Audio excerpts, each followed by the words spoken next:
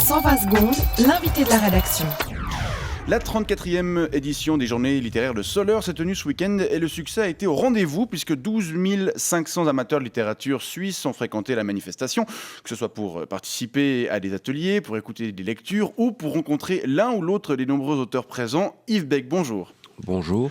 Vous avez participé à ces journées, vous êtes écrivain et d'ailleurs vous venez de publier Chapelet d'intransigeance. Oui, aux éditions Gilles Dufour à Augent. D'accord, alors peut-être 2 mots sur ce livre pour commencer. Oui, c'est l'histoire de Michel, un universitaire d'une trentaine d'années, 31, 32, peut-être 33 ans, Oui. je dirais une trentaine d'années. Michel est un facteur passionné par les libellules.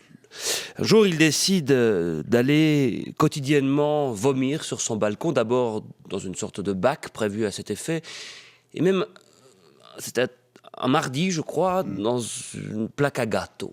Il dégueule dans cette plaque à gâteau, et si vous voulez, c'est un récit de la quête. De la quête. De la quête. De la quête. De la quête, oui. Ça a l'air passionnant. C'est exactement ce que m'a dit à Soleure un camarade auteur. Il s'est approché de moi et il m'a dit « Bonjour Yves Beck ».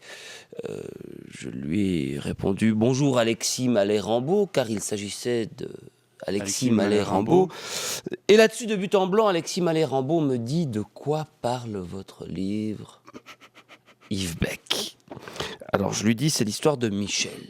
Michel, un universitaire d'une trentaine d'années, je dirais 31. Oui, ce facteur qui vomit. Ah, vous l'avez lu? Mais non, mais vous. Qu'en avez-vous pensé? Non, mais... je me demande si la fin n'est pas un peu trop attendue. Le fait que Michel s'ampute sur son balcon, je me demande si ce n'est pas un peu trop allégorique. D'ailleurs, vous savez quoi? Vous avez raison.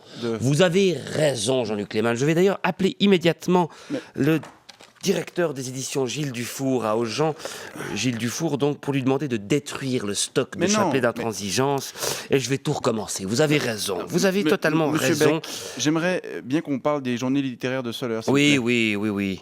Voilà. Alors, qu'est-ce que vous allez chercher là-bas, vous, en tant qu'auteur? Je vais y chercher la rencontre. Je dirais la rencontre avec... par exemple, Alexis Mallet-Rambaud. L'échange également. D'ailleurs, je l'ai rencontré, vous savez, c'est l'auteur du fascisme des orjas. Ah oui. Oui, j'ai échangé avec lui des mots et des drosses. Des drosses? Oui, des drosses. Qu'est-ce que c'est?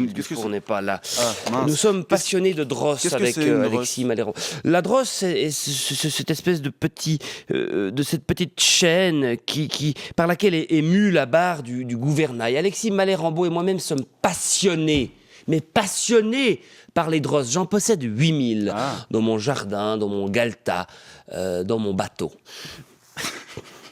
Peut-être un peu moins. Restons à Soleure. Si on parlait de ces rencontres, est-ce que vous avez aussi rencontré vos lecteurs? Oui, naturellement, oui. Est-ce que vous avez aussi vendu des livres?